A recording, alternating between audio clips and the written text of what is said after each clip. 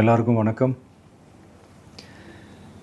இந்திய அரசியல் சாசனம் நம்ம தமிழ்நாட்டில் இருக்கிற எல்லாருக்குமே கொடுத்துருக்கிற உரிமையில் ரொம்ப ரொம்ப முக்கியமானது ஓட்டிங் ரைட், வாக்குரிமை. ஒரு மனுஷன் உயிரோடு இருக்கான்றதுக்கு அடையாளமாக இருக்கிறதுல அவனோட ஓட்டுரிமை ரொம்ப முக்கியம். அதனால தான் voting is not only our right but also our life. ஒரு முக்கியமான விஷயத்தை பற்றி இப்போ நான் உங்ககிட்ட ஷேர் பண்ண போகிறேன். இது நான் ஃபஸ்ட்டு கேள்விப்பட்ட உடனே எனக்கே ரொம்ப ஷாக்கிங்காக தான் இருந்தது. இப்போ நான் பேசிகிட்டு இருக்கிற இந்த நேரத்தில் தமிழ்நாட்டில் இருக்கிற நம்ம யாருக்குமே ஓட்டு போடுற உரிமையே இல்லைன்னு சொன்னால் நம்புவீங்களா? நான் நீங்கள் உட்பட யாருக்குமே அது இல்லை. நான் பயமுறுத்துறேன்னு நினைக்காதீங்க, அதுதான் நிஜமும் கூட. கொஞ்சம் ஏமாந்தால் நம்மளை மாதிரியே இன்னும் லட்சக்கணக்கான பேருக்கும் இதே நிலைமை தான். ஓட்டு போடுற அந்த உரிமையே இல்லாத மாதிரி ஒரு நிலைமை வந்தாலும் வரலாம். இதுக்கு மெயின் ரீசன் அந்த எஸ்ஐஆர், ஸ்பெஷல் இன்டென்சிவ் ரிவிஷன், சிறப்பு தீவிர திருத்தம். இப்போது இந்த எஸ்ஐஆர் நம்ம தமிழ்நாட்டில் எப்படி ஒர்க் ஆக போகுது? கடந்த ஜனவரி மாதம் எடுத்த அந்த கணக்கெடுப்பில் 6,36,00,000 வாக்காளர்கள் நம்ம தமிழ்நாட்டில் இருக்கிறாங்க. ஆனால் அவங்க யாருக்குமே இந்த ஓட்டு போடுற உரிமையே இல்லை.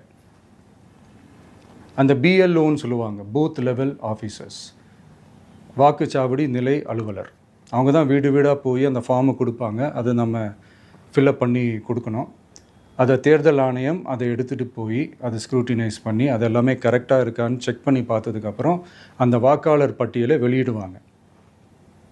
அந்த வாக்காளர் பட்டியலில் நம்ம பேர் இருக்கணும், அப்போ தான் நம்மளால் ஓட்டு போட முடியும்.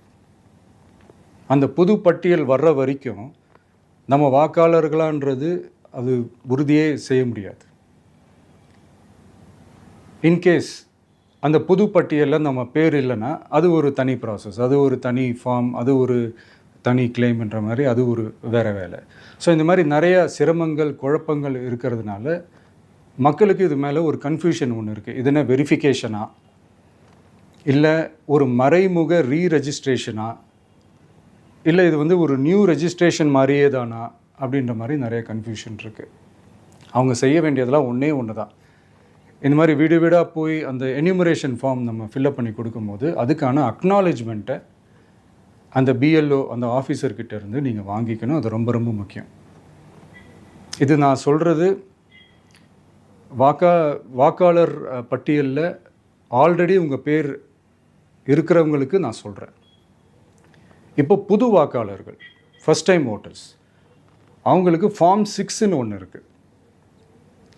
அதை நீங்கள் ஃபில்அப் பண்ணி நீங்கள் உங்கள் ஏரியாவில் இருக்கிற சம்மந்தப்பட்ட அந்த உங்கள் அலுவலகத்தில் நீங்கள் டைரெக்டாகவும் சப்மிட் பண்ணலாம், இல்லை நீங்கள் ஆன்லைன்லேயும் சப்மிட் பண்ணலாம். அப்படி ஆன்லைனில் நீங்கள் சப்மிட் பண்ணிங்கன்னா அதுக்கான ஸ்க்ரீன்ஷாட்டை எடுத்து வச்சுக்கோங்க. ஃபோனில் மெசேஜ் வரும், அதை சேவ் பண்ணி வச்சுக்கோங்க. அப்ராடில் இருக்கிறவங்க கூட அந்த எஸ்ஐஆர் ஃபார்மை டவுன்லோட் பண்ணி நீங்கள் அதை ஃபில்அப் பண்ணி சப்மிட் பண்ணலாம். அதுக்கான அக்னாலேஜ்மெண்ட்டை வாங்கி வச்சுக்கோங்க. ரொம்ப முக்கியமாக உங்களோட பிஎல்ஓ அந்த ஆஃபீஸர் யாருன்னு தெரிஞ்சு வச்சுக்கோங்க.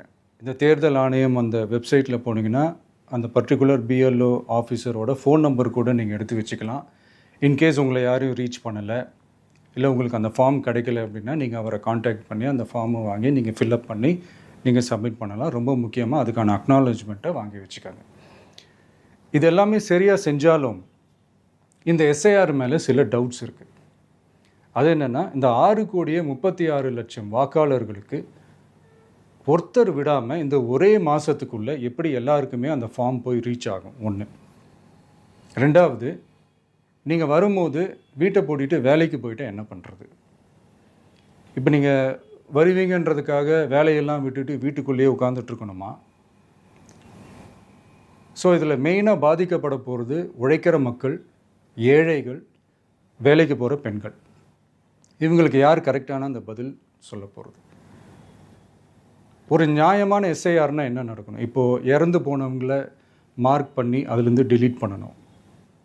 இப்போ போலி வாக்காளர்கள் இருந்தாங்கன்னா அவங்கள மார்க் பண்ணி டிலீட் பண்ணணும். இப்போ ஆல்ரெடி ஓட்டு இருக்கிறவங்களுக்கு எதுக்கு இந்த ரெஜிஸ்ட்ரேஷன் என்ற பேரில் இவ்வளவு குழப்பங்கள் அப்படின்றது தான் எங்கள் கேள்வி. இப்போ புதுசாக வர வாக்காளர்களையோ இல்லை ஓட்டு இல்லாதவங்களையோ சேர்த்தா பத்தாதா? இப்போ ரீசெண்டாக நடந்த இப்போ எலெக்ஷன் 2021, 24 எப்படி எல்லாருமே ஓட்டு போட்டோம்?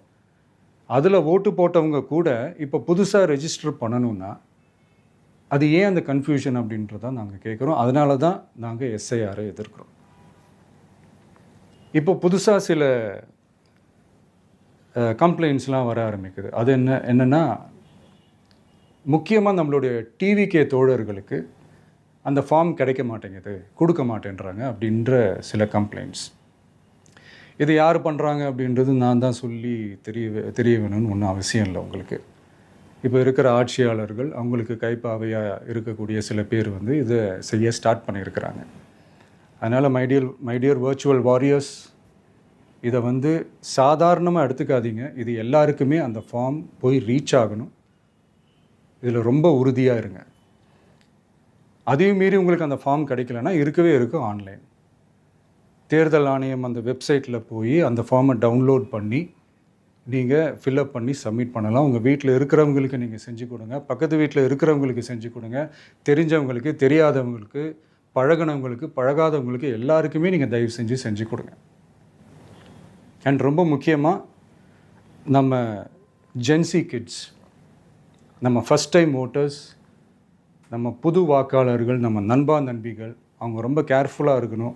நான் ஆல்ரெடி சொன்ன மாதிரி உங்களுக்கான ஃபார்ம், அந்த ஃபார்ம் நம்பர் 6, அதை கரெக்டான டீட்டெயில்ஸோட கரெக்டான உங்கள் டாக்குமெண்ட்ஸை வச்சு அதை சப்மிட் பண்ணுங்கள். ஏன்னா வரப்போகிற தேர்தலில் நீங்கள் தான், அந்த ஜென்சி வாக்காளர்கள் தான் மிக முக்கியமான ஒரு ஃபோர்ஸ் அப்படின்றது எல்லாருக்குமே தெரிஞ்ச ஒரு விஷயம். அதனால் உங்களை டிஸ்டர்ப் பண்ணுறதுக்கு, உங்கள் பேரை அதில் இன்க்ளூட் பண்ணாமல் செய்கிறதுக்கு என்னென்ன வேலைகள் செய்யணுமோ, என்னென்ன தில்லுமுள்ளு வேலைகள் செய்யணுமோ எல்லாமே அவங்க செய்வாங்க. இது நமக்கு எல்லா திசையிலையும் எல்லா பிரச்சனைகள் கொடுத்துட்டு தானே இருக்கிறாங்க. அது டிஃபால்ட்டாக நடந்துட்டு தான் இருக்கும். அது ஒன்றும் பண்ண முடியாது. ஸோ அந்த மாதிரி ஓட்டு போடுற விஷயத்துலேயும் அவங்க என்ன உத்தரமராக மாறவா போகிறாங்க? இப்போ நான் சில மீட்டிங்ஸ்லலாம் ரிப்பீட்டடாக ஒரு விஷயம் நான் சொல்கிறேன்ல, 2 பேருக்கு நடுவில் தான் போட்டி அப்படின்ட்டு. அது மேடைக்கு மேடை அவங்க அதை ப்ரூவ் பண்ணிகிட்டு இருக்கிறாங்க. அதனால் தோழர்களே, வரப்போகிற தேர்தலில் நம்ம யாருன்னு காட்டணும், நம்ம பலம் என்னன்னு காட்டணும். அதுக்காக அந்த பலமான, அந்த பவர்ஃபுல்லான ஆயுதத்தை நம்ம கையில் எடுக்கணும். அந்த ஆயுதம் வேறு எதுவுமே இல்லை, ஓட்டு, வாக்கு, ஜனநாயகம். அது இருந்தால் தான் நம்ம அந்த வெற்றியை நோக்கியே நம்மளால் பயணிக்க முடியும். தமிழ்நாடே அந்த வாக்குச்சாவடி முன்னாடி திரண்டு நிற்கணும். அதை பார்த்துட்டு தமிழ்நாடே தமிழக வெற்றி கழகமா, இல்லை தமிழக வெற்றி கழகம் தான் தமிழ்நாடா அப்படின்ற மாதிரி இருக்கணும். வீடுன்னு ஒன்று இருந்தால் தான் ஓடு மாற்ற முடியும்னு அறிஞர் அண்ணா அவர்கள் சொல்லியிருக்கிறாங்க. அந்த மாதிரி ஓட்டுன்னு ஒன்று இருந்தால் தான் இந்த நாட்டையே காப்பாற்ற முடியும். அப்புறம் இன்னொரு முக்கியமான விஷயம், அந்த எனிமரேஷன் ஃபார்ம் நீங்கள் ஆன்லைனில் நீங்கள் ஃபில்அப் பண்ணும்போது அதில் ஒரு சில ப்ராப்ளம்ஸ் வர்றதுக்கு வாய்ப்பு இருக்குது. அது உங்களுடைய ஓட்டர் ஐடியில் இருக்கிற உங்கள் பேரும், ஆதார் கார்டில் இருக்கிற பேரும், அந்த ஸ்பெல்லிங், இனிஷியல்ஸ் எல்லாமே ஒரே மாதிரி இருந்தால் தான் அது அக்செப்ட் ஆகும். இல்லைன்னா அக்செப்ட் ஆகாது. அது கொஞ்சம் கேர்ஃபுல்லாக பண்ணுங்கள். அது கொஞ்சம் யூசர் ஃப்ரெண்ட்லியாக இருக்கலாமேன்னு கேட்டதுக்கு அதெல்லாம் முடியாது, அதுக்கெலாம் வாய்ப்பு இல்லை, அதுக்கெலாம் ஆளுங்க இல்லை, பண்ண முடியாதுன்னு ரிப்ளை பண்ணிட்டாங்க. ஸோ அதனால் மைடியர் டிவிகே தோழர்களே, மைடியர் ஜென்சி படை பலமே, உஷாராக இருங்க, கான்ஃபிடெண்ட்டாக இருங்க. நல்லதே நடக்கும். வெற்றி நிச்சயம். மீண்டும் சந்திக்கும் வரை நன்றி, வணக்கம்.